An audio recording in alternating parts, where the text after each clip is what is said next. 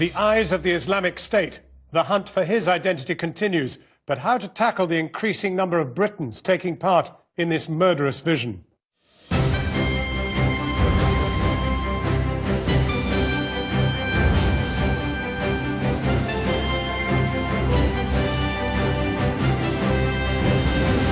Good evening. The net may be closing on the identity of John, the jihadist who beheaded American journalist James Foley.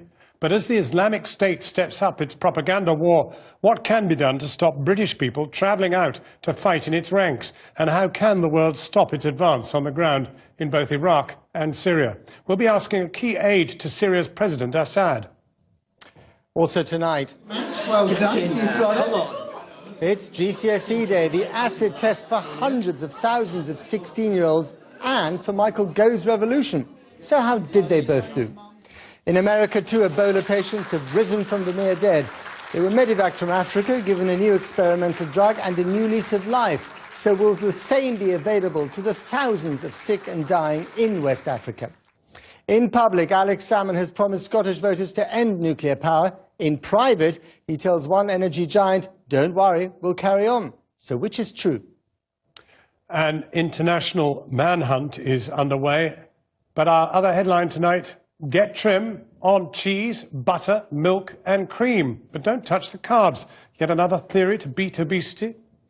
Not only is that counterintuitive, it asks serious questions about an industry that makes billions from processing and selling us low-fat foods. So, looking for John. The international manhunt is underway for the masked jihadist thought to be from Britain who murdered the American journalist James Foley. MI5, Scotland Yard and others are trying to identify the man as sources suggest he came from London. Our Home Affairs correspondent Simon Israel has spoken to experts using social media to track him down and spoken to one man who thinks he has met him in person and who knows who he might be, but is afraid to tell. All eyes are on his eyes. The eyes of a British accented man who the world has witnessed carrying out a barbaric act. The search for clues is intense, trawling social media sites, for example, and monitoring chat on Twitter between other jihadists and ISIS supporters. What has become apparent is the discovery of widespread support for what happened. There are really 2 different kinds of responses. One is jubilation. They are very happy that this happened. They are congratulating each other. The other one is a more strategic one. It is people talking about the strategic thinking behind this particular attack. And they are saying, look, this is what happens when America attacks us. We will attack America. If America continues to attack ISIS, we will kill more people. One example was from this woman from London, who last year Channel 4 News featured in a film from Syria, settling into a life with ISIS alongside her jihadi husband. She posted this message on Twitter yesterday. Any links for the execution of the journalist, please? Allahu Akbar. UK must be shaking up. Ha ha. I want to be the first UK woman to kill a UK or US terrorist. Efforts by Twitter, YouTube and other social media sites to prevent online access to the video are proving fruitless. ISIS's war is as much in cyberspace as it is on the ground. Channel 4 News has seen hundreds of ISIS-linked Twitter accounts directing their followers to a strategy document which explains how to manoeuvre around the block. Last week I came to this part of London to talk to a self-confessed jihadist who had publicly declared allegiance to the Islamic State and was frustrated about being prevented from going there. Today, in the wake of the beheading video, I've come back to find out if that has made any difference. But this is an innocent journalist. Are you condoning that beheading? I condemn wholeheartedly the actions of Obama and David Cameron. I condemn wholeheartedly the airstrikes that are being conducted by the Americans in the Caliphate that are massacring many Muslims. That's not the question I'm asking you, is it? That is the answer to another question, but not the question I'm asking you. And that question is quite simple. Do you condone the beheading of James Foley and that video? Well, I don't think it's productive to answer a question the way you want. I'll answer it the way I want, and I think it's better this way. I believe if we want to stop further James Foley's, and at the moment we've got a man called Stephen Sotloff, who is under the captivity of the caliphate, and I think if Obama and Cameron were genuine in wanting to save this man, they would rethink their policies. This is also an area of London where James Foley's murderer may well have spent his formative years. The murderer is British, and the chances are he's come from London, and quite possibly from this area of London. When you saw him, did you recognise any features? Did you have a clue as to who it might be? I mean, I haven't seen the video in detail, but there are reports coming out that he perhaps was British. However, I would say that... You must have heard his voice. Yeah, I've heard audios with his voice, yes, right. He had a British accent. So obviously it's not surprising to see that there are people there who have different nationalities or are under the banner of the caliphate and who are living there. But I think the question we need to ask is, how do we stop this cycle of violence? Did he remind you of anyone that you might have met in the years? Not particularly, no. No, I mean, I didn't really recognise this person. Did you? No. Not at all. And did you? Not at all, no. Nothing? No, nothing at all. Right. One person who may have a clue is a former hostage French journalist, Didier Francois, who was held alongside James Foley. He told me today that he thinks he may know who the killer is, but won't go any further. On release, he was warned, he said, by his kidnappers there would be reprisals if he were to reveal details. And that meant other captives in Syria would be punished. Simon Israel. So how many Western hostages are still out there, and how powerful is the Islamic State? It is well funded, well armed, well organized, and now fighting a major war on several fronts. Unlike its precursor Al-Qaeda, it is occupying territory, holding on to it, and hostages are part of its armory. Our foreign affairs correspondent Jonathan Miller looks at the state of this new jihadi army and the dangerous trade in hostage-taking which is fueling it. In unleashing their trademark brand of ultra-violent terror, crucifixion, beheading and mass execution, Islamic State fighters have instilled horror and fear and poured oil on the flames consuming this region. The French president today offering to host a global security summit next month to figure out what to do about the expanding terrorist quasi-state, as he called it. Continental Europe at loggerheads with their Anglo-American allies, though, over hostage policy. In March, a joyful reunion for Javier Espinosa, one of 2 Spanish journalists captured by ISIS. It was widely rumoured large ransoms were paid, as was the case when 4 French journalists were freed the following month. James Foley's captors demanded a $130 million ransom last year. It's understood the US administration refused to sanction that payment. The Islamic State has now threatened to kill a second American hostage, Stephen J. Sotloff, a freelancer for Time magazine. Around 20 journalists are missing in Syria.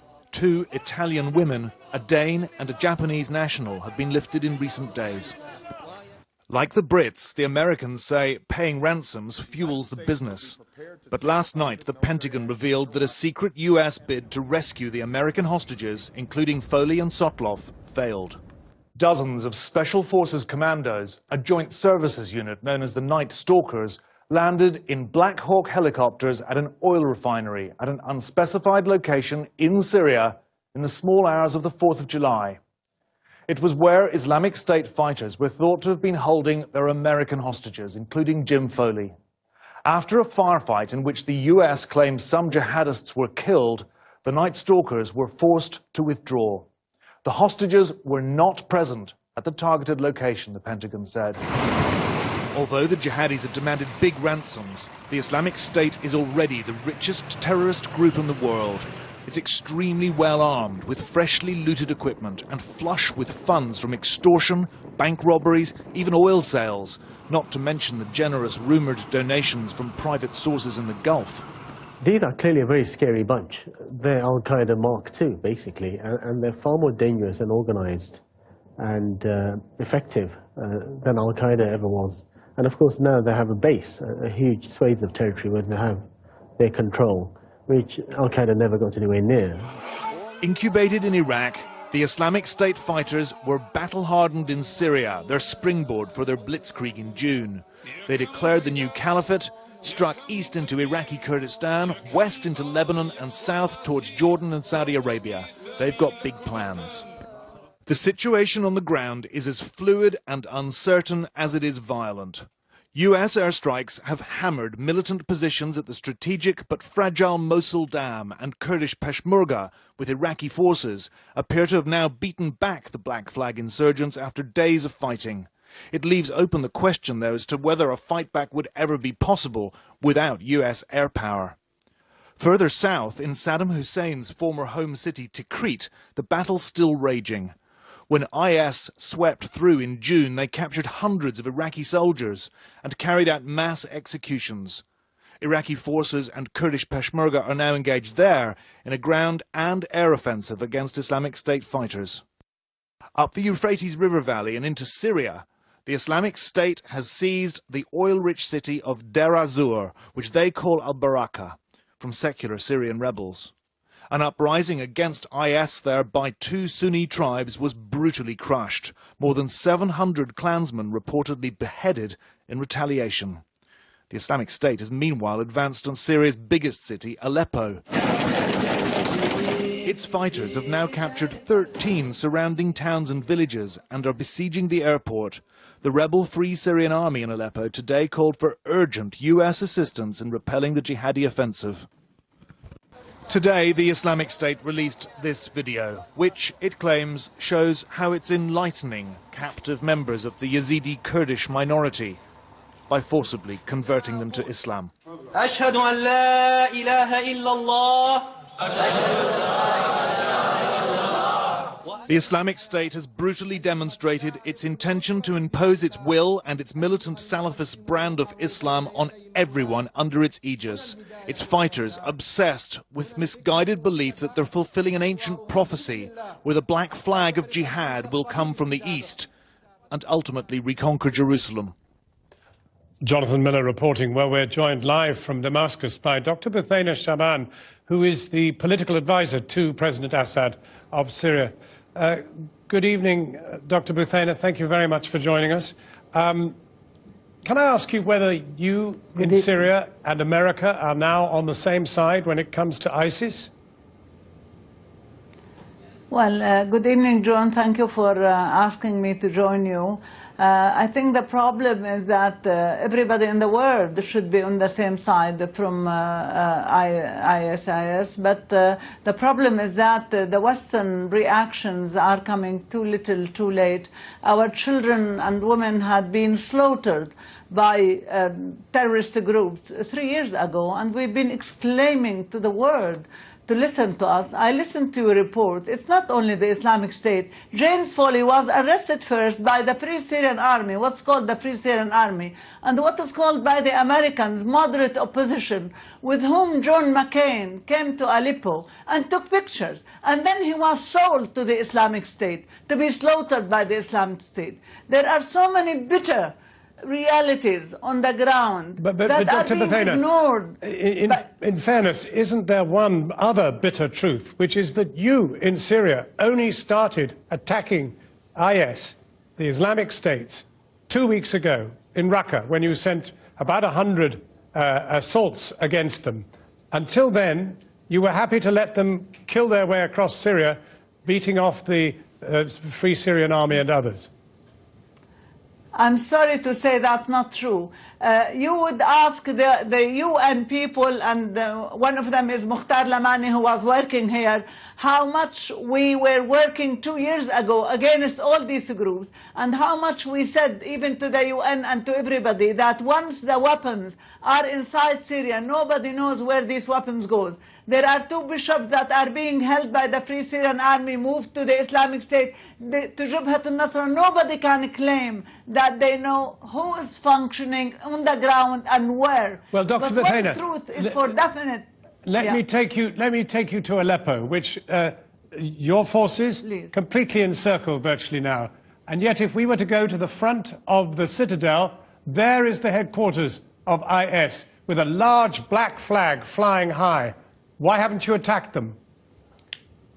Well, you know, there are things that we can do and things that we can't do. When they come in the middle of civilians, when they come to a place like Aleppo Citadel, you can't shell Aleppo Citadel. You know, I mean, it is really, John, unrealistic to say that there's any country or any reasonable person in the world who would allow such a terrorist group to grow anywhere, especially as our people had been killed every day and night. But unfortunately, the West doesn't move while our people are being killed. Only when some Westerners are killed, then the West starts to notice. Let me ask you, given that you now say that Syria and America, and indeed the West, are on the same side when it comes to attacking IS, have you got any kind of dialogue, any kind of contact with America, any kind of contact with Britain in discussing IS?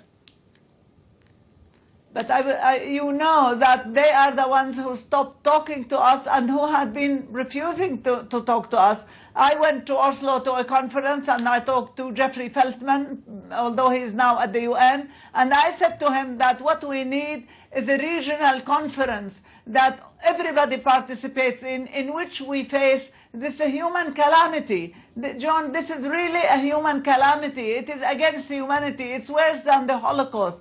It's extremely dangerous, but the West is taking days and nights and months to respond. And the trouble is that, let me just say this point, Western powers, the US and Britain and France, are supporting countries in the region who are giving fatwas, allowing these killings. Dr. Bethena, supporting countries in the region.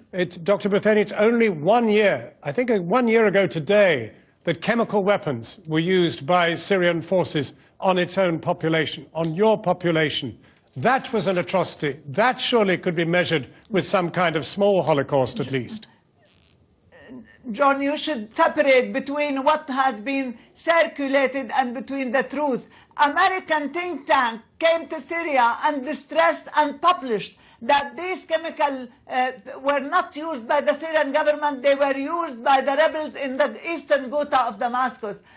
I think James Foley and we are not only victims of ISIS, we are victims of the lies that are circulated in the Western media, unfortunately, and the need to Dr. try Bethena, and know the truth. What is not a lie is the fact that Syrian aircraft are still dropping barrel bombs which kill very large numbers of civilians, on civilian areas, particularly in Aleppo. Parts of Aleppo have been completely devastated by your own air force. Syrian airplanes would never throw any bomb on Syrian civilians. Without the Syrian army and without the Syrians fighting this horrible terrorism and this horrible danger, you would have seen Syria worse than Libya. I think, John, we have to think what Western countries are doing. The decisions they have made regarding Libya has destroyed Libya. The decisions they have made in supporting Gulf states and these Islamic horrible people who are ushering fatwas in order to kill anybody who doesn't look like them is really encouraging these powers to become part of terrorism in the region. Well, Dr. Bethena, Western countries... If we have reached a point where you say there has to be a change, what would you say to America, to Britain, to Germany, to France? What would you say to these countries tonight that would in any way persuade them that in some way President Assad does not want to kill any more of his own people and you want to join in some way in containing the menace of the Islamic states?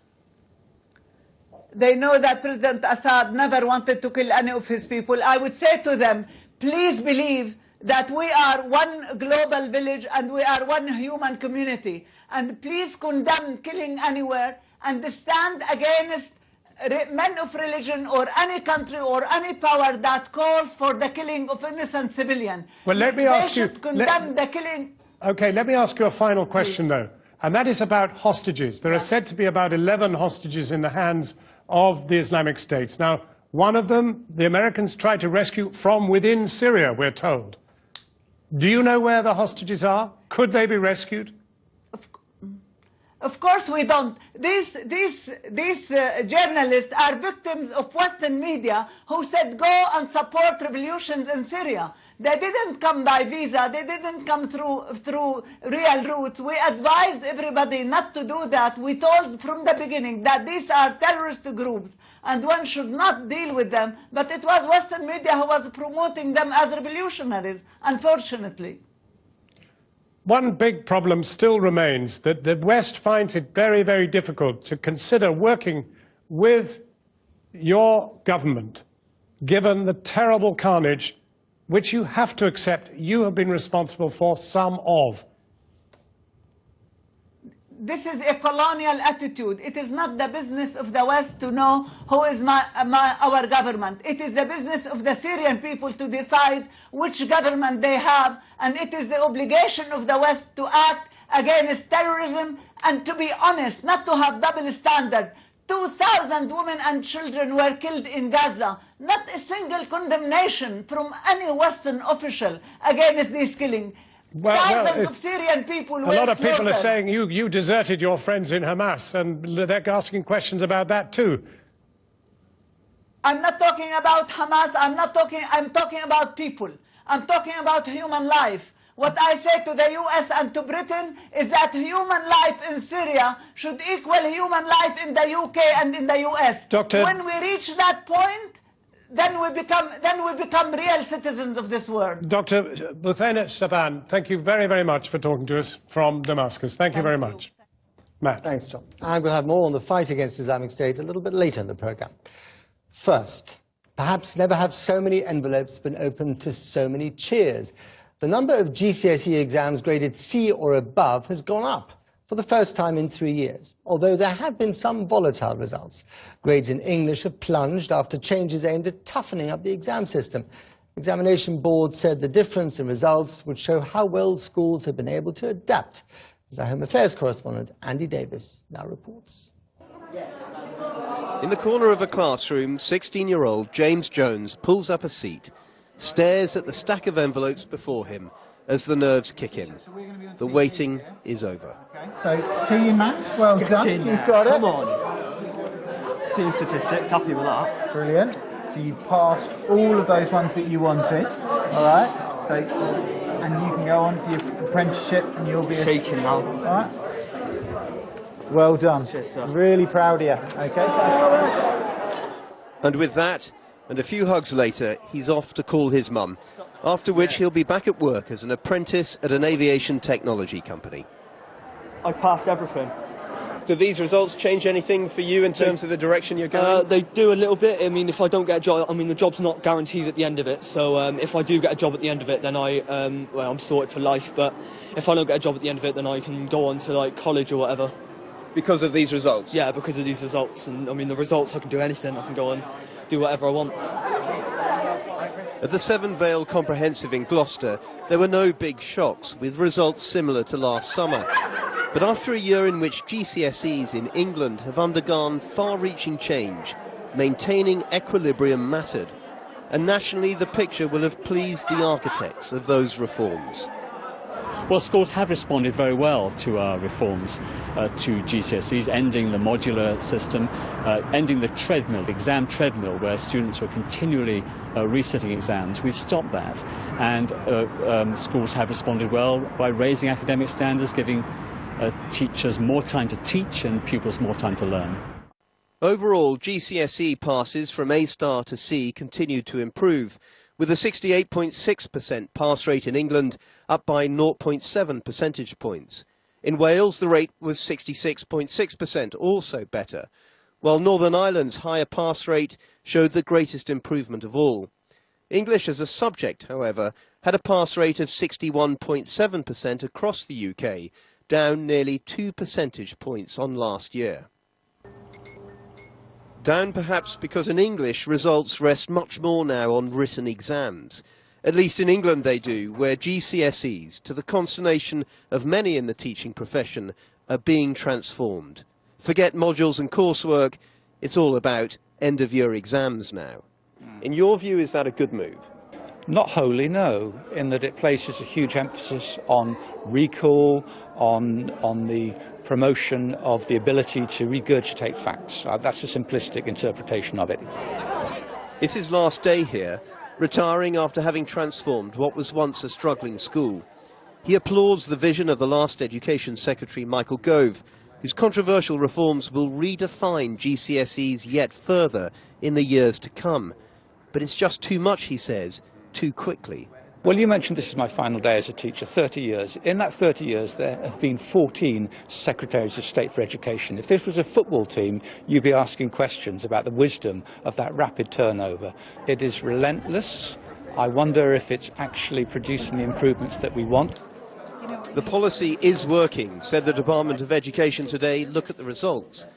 But these are early days in the era of Govian reform, and there is much more to come. He looked like a man in the peak of health, declaring, "I am forever thankful to God for sparing my life." To God, to a new experimental drug called ZMapp, to his own medical evacuation plane, and to the best care that US healthcare can offer. Dr. Kent Brantley contracted the Ebola virus while treating victims in Liberia, as did his colleague, nurse Nancy Wrightball. They were both lucky to survive.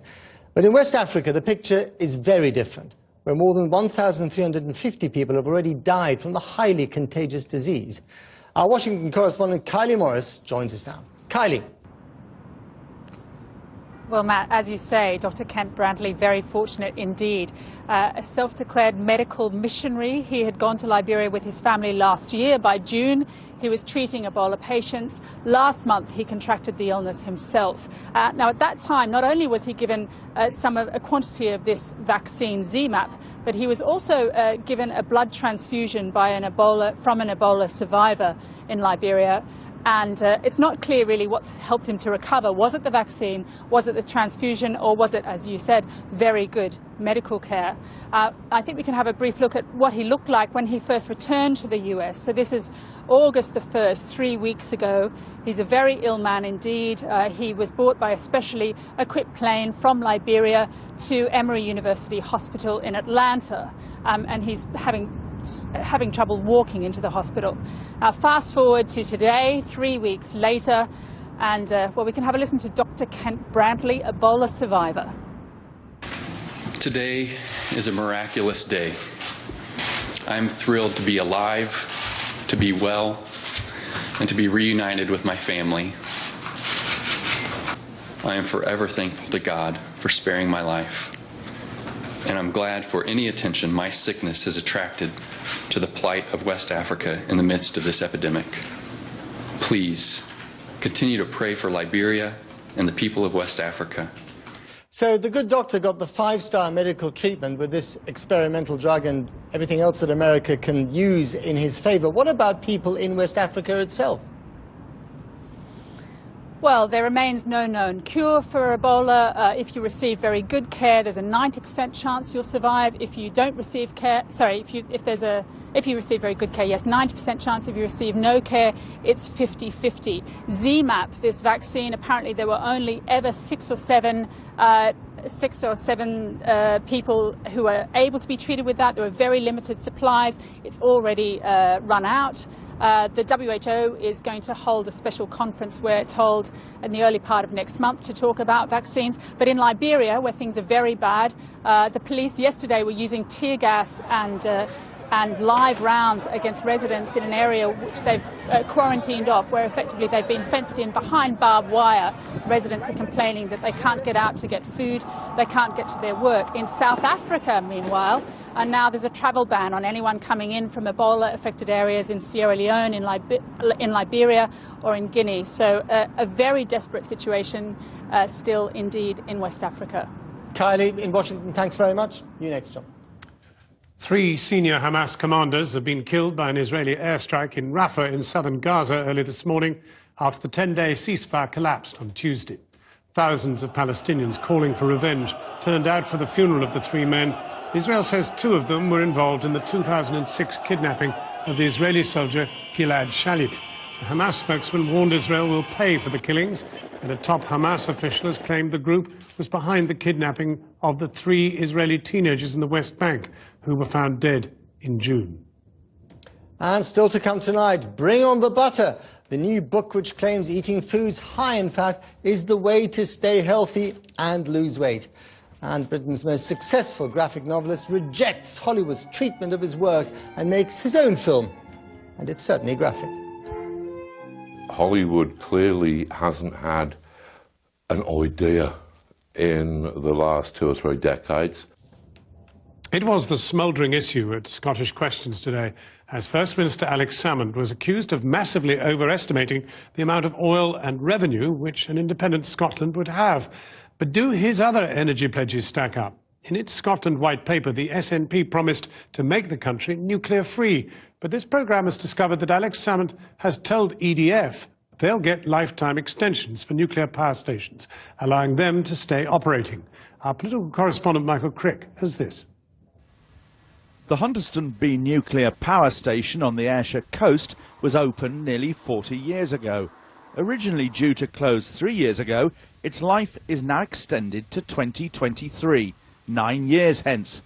That's also when the rather younger Torness nuclear station on the east coast of Scotland, not far from Edinburgh, is due to come to the end of its life. The Scottish Government stated in its White Paper, its blueprint for independence, that an independent Scotland would phase out nuclear power. What's more, one of the 5 key gains for the environment cited by Alex Salmond and his government as reasons for voting yes next month is that people would get a nuclear-free Scotland. But that nuclear-free Scotland might not come as early as thought.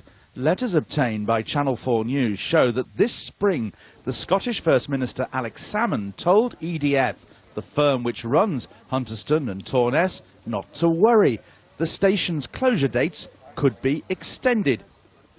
In June, after meeting the EDF chief executive, Mr Salmond wrote to him, "Providing the necessary stringent safety considerations are met, we are not opposed to life extensions for Hunterston B and Torness."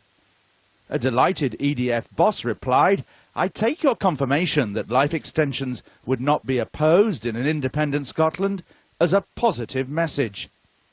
It does really kind of put in black and white the hypocrisy of the SNP government's position. They continue to claim to be opposed to nuclear power, and yet they well know that Scotland's electricity generation is absolutely dependent on 2 crucial nuclear power stations. That is a hypocritical position, and really it should be exposed. Alex Salmond told EDF that extending the life of the 2 power stations would help secure power supplies into the future. But environmentalists say that thanks to renewables, such as wind power, by 2020, Scotland won't need nuclear energy anymore anyway.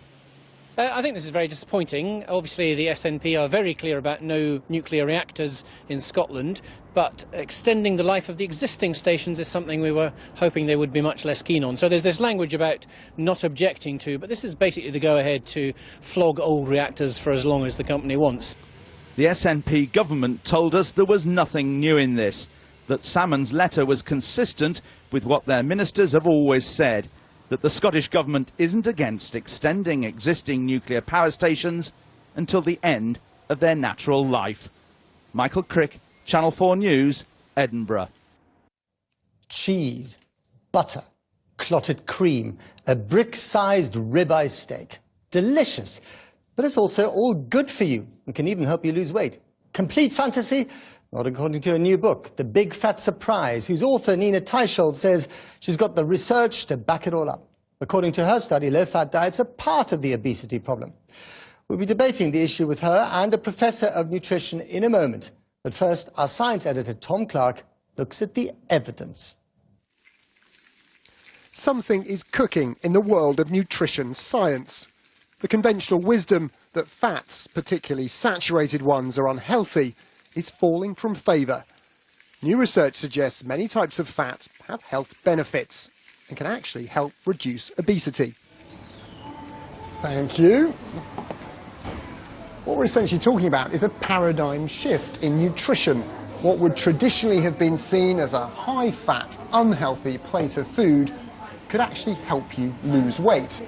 Not only is that counterintuitive, it asks serious questions about an industry that makes billions from processing and selling us low-fat foods. Some argue the trouble started back in the 1970s, when cardiologists concluded high-fat diets led to clogged arteries and an early death. The idea that anything else could be true in the distant future was comedy worthy of Woody Allen's finest. Yes, this morning for breakfast, he requested something called wheat germ, organic honey, and tiger's milk. Oh, yes, those are the charmed substances that some years ago were felt to contain life-preserving properties. You mean there was no deep fat? No steak or cream pies or hot fudge? Those were thought to be unhealthy, precisely the opposite of what we now know to be true. Indeed, there's now evidence metabolizing fats may lead to less fat being laid down than you get from eating carbohydrates from cereals and starch. It's the guiding principle of this gym in London's fashionable Notting Hill. Stabilises the... I sacrificed myself to its high priestess, Zana Morris. Chin up. Okay. That's it, yes. Right, I am Excellent. definitely burning some calories here. So how will eating more fat help me lose fat?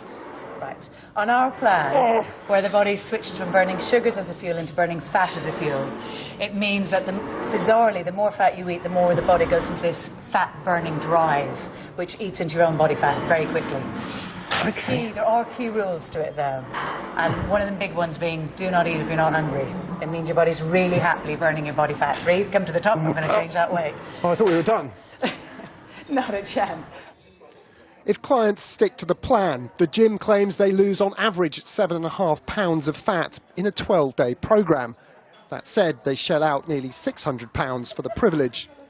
But, as any sea mammal will tell you, fat is concentrated calories. Eat too much and you definitely won't lose weight. And leading researchers in the field warn we don't yet know enough to recommend high-fat diets for all. Certain fats are linked to an increased risk of diabetes. Salts in processed meats raise your risk of heart disease and stroke, even if fat is the new health food. As before, the advice will still be everything in moderation. That was Tom Clark, and I should point out that we all do that in the gym every day, although we don't all look the same. Well, joining us now from New York is author Nina Teicholz, and in the studio, Tom Sanders, Professor of Nutrition and Dietetics at King's College London. Welcome to you both. Let me start with you, Nina, in New York. Is this just another fad diet? No. In fact, over the last 10 years, there have been numerous rigorous clinical trials, altogether on thousands of people, that have really demonstrated that a high-fat diet, regardless of the type of fat, and restricted in carbohydrates, leads to better outcomes not only for weight, but also for diabetes and for heart disease. Tom, do you agree with that? No, I don't. I think it's a little bit of a misrepresentation. I think what we realise now is that fat itself isn't particularly the problem for weight gain, it's calories. But controlling calorie intake is part of the parcel, is actually reducing fat intake. And sugar is what the switch has been to. It's a lot of focus on sugar, but we say, you still have to control your total fat intake, because body fat effectively is dietary fat.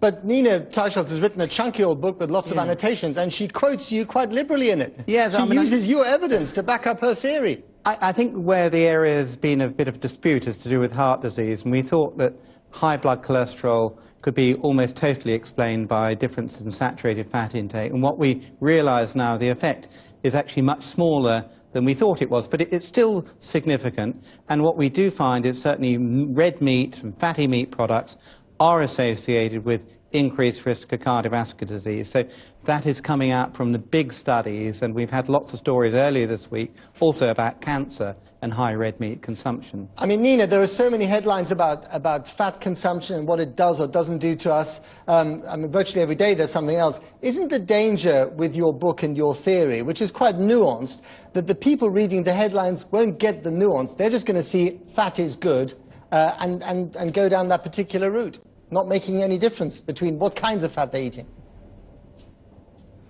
Really, there have been now, other than my book, which is the first effort to really lay out the arguments for why saturated fats in meat, butter, dairy, eggs, cheese are not bad for health.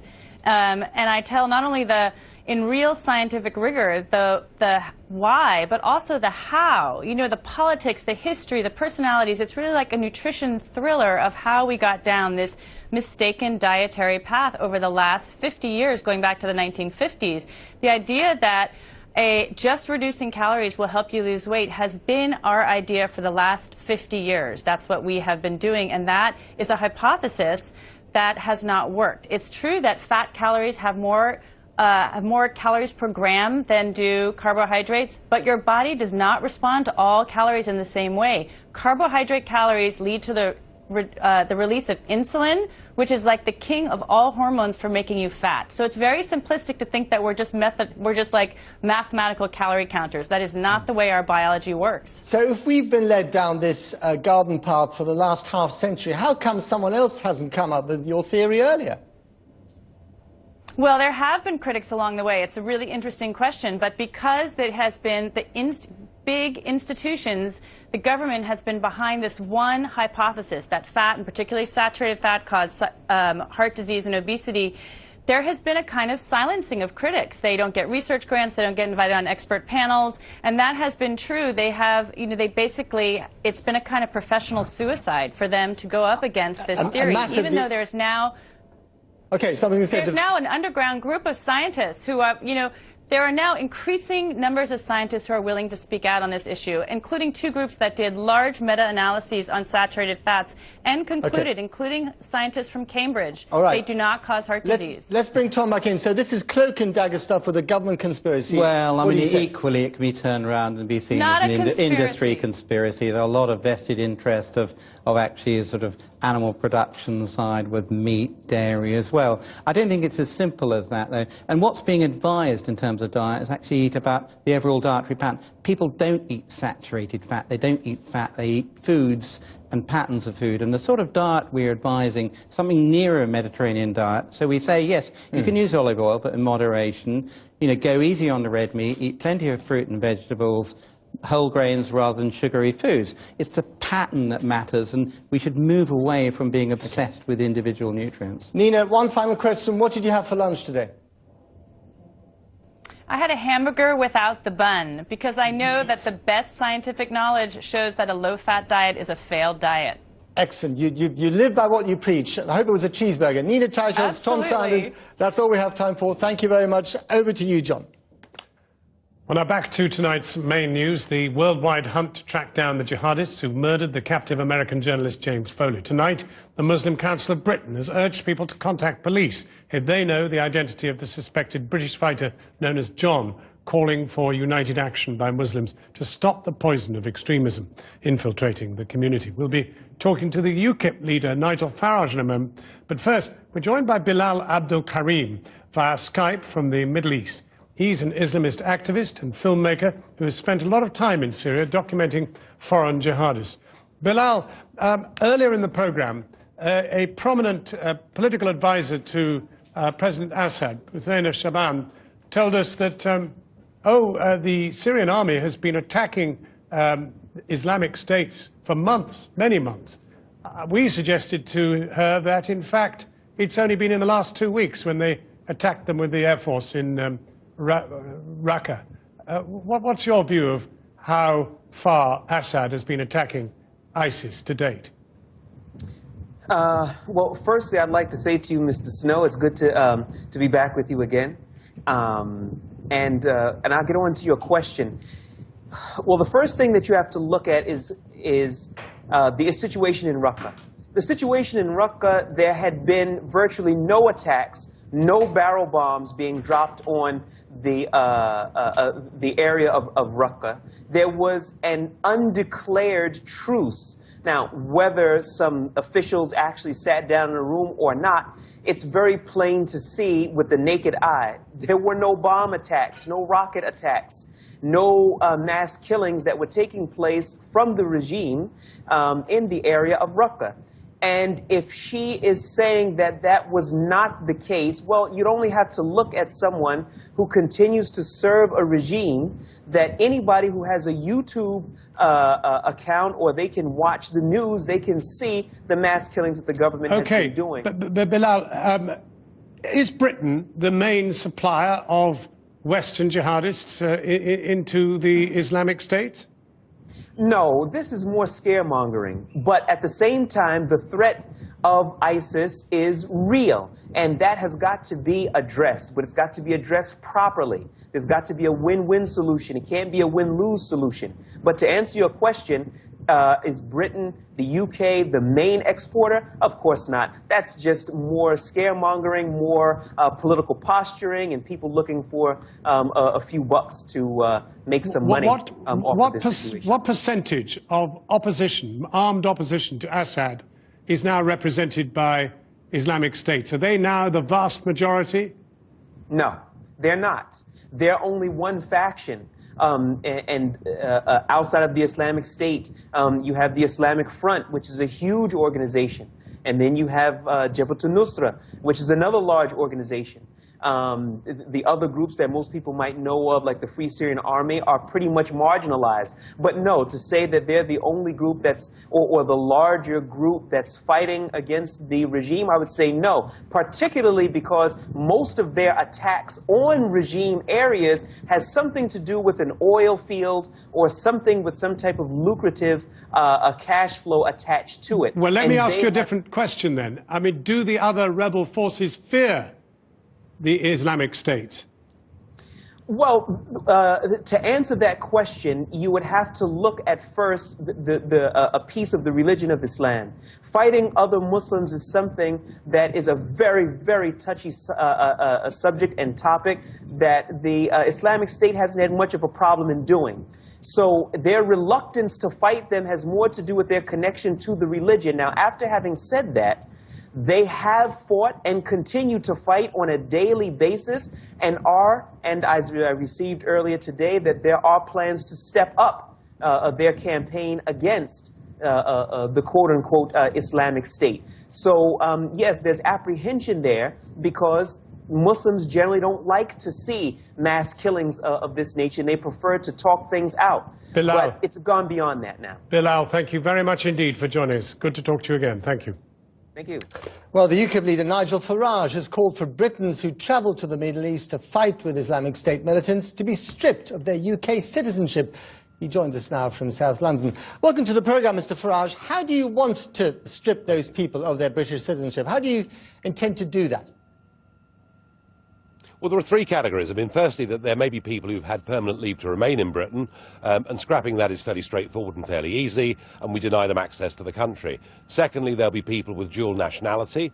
They'll have a British passport and another passport, and again, quite straightforward to say your British passport has been rescinded. Where it gets difficult is people that were born in Britain, have British passports, that have gone abroad to fight for an international terrorist organisation who, in my opinion, we should not want back in British society.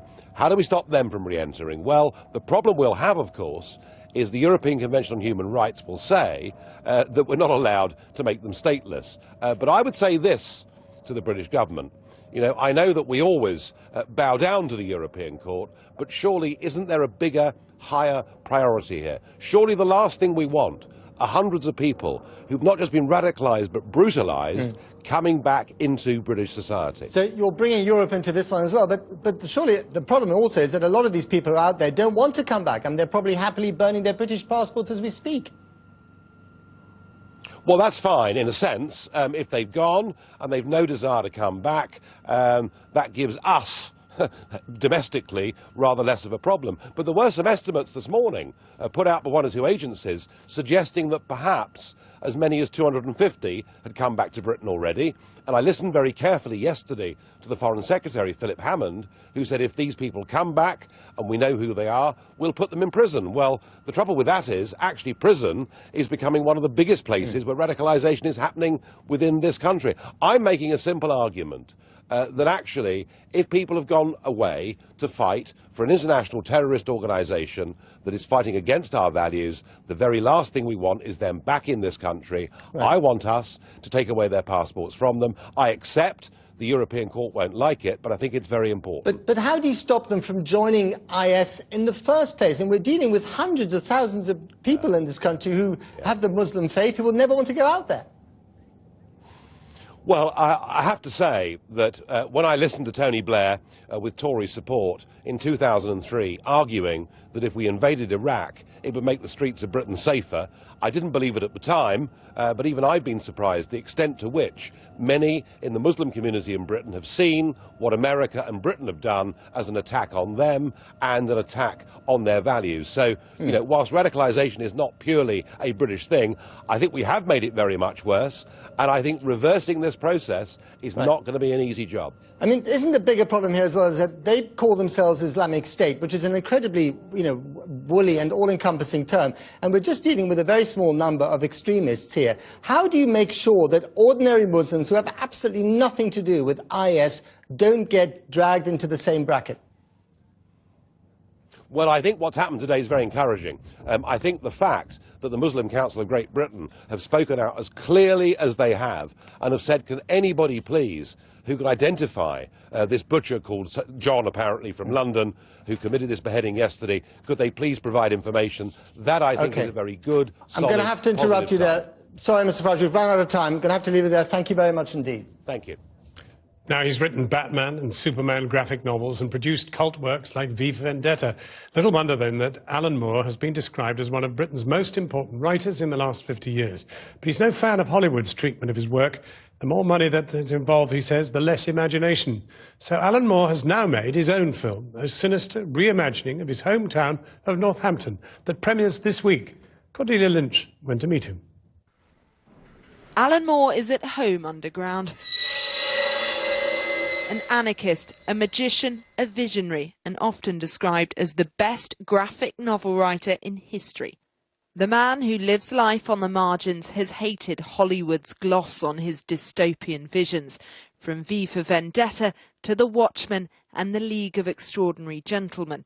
But he's finally written for the screen. Handle the film exactly as I want it to be done, in a medium that I'm interested in exploring.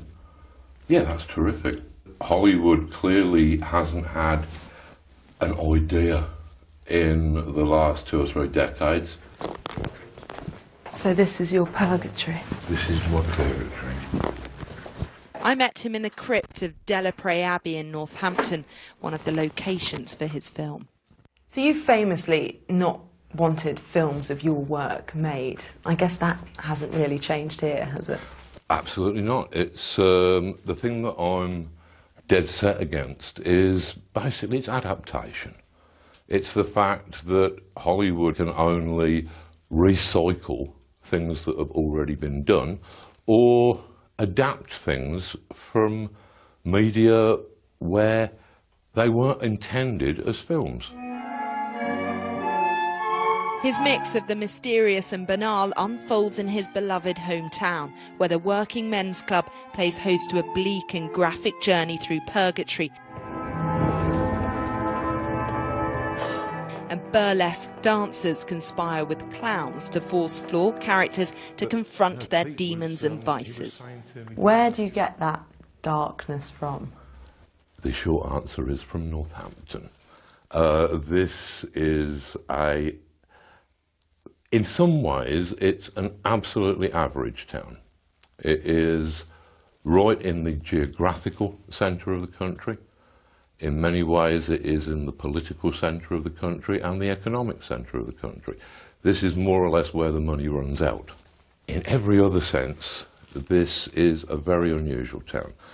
Most of the violence in British history, all of our big internal wars, they have ended in Northamptonshire. Doctor, I think we're losing you. He has a cameo role in his nightmare world, but says there's a part of him in each character. Most of his comic aficionado followers, though, are male. The sexual violence in this film, do you think that is a nightmare, or are you trying to reflect what you think is really happening in society? This is Northampton. Northampton is a median town. I assume that this is happening everywhere. If this is not addressed, then if it's not talked about, if it's not referred to, then it will only continue in the way that paedophilia was able to flourish throughout the 60s and 70s. Fairness, justice and freedom are more than words. Money is something he's uncomfortable with. He's taken his name off film credits and refused fees. He still sees a value in the liquid nature of modern protest. It was the mask of his character V which became a symbol of the Occupy movement. Encouragingly, it is moving towards anarchic, fluid structures, such as those adopted by Anonymous and Occupy, and it is becoming much more a thing of the individual, which has to be the basic social unit. His film is all about the guilt individuals feel. It is not a big budget production, but he says ultimately he will be the judge. We all expect to be judged. I think ultimately we are the only people who will judge us. And I ultimately think that we will probably also be the cruelest judges because we know ourselves. Cheerful stuff. That's all we have time for. In Northampton and everywhere else. That's Channel 4 News. Good evening. Good evening.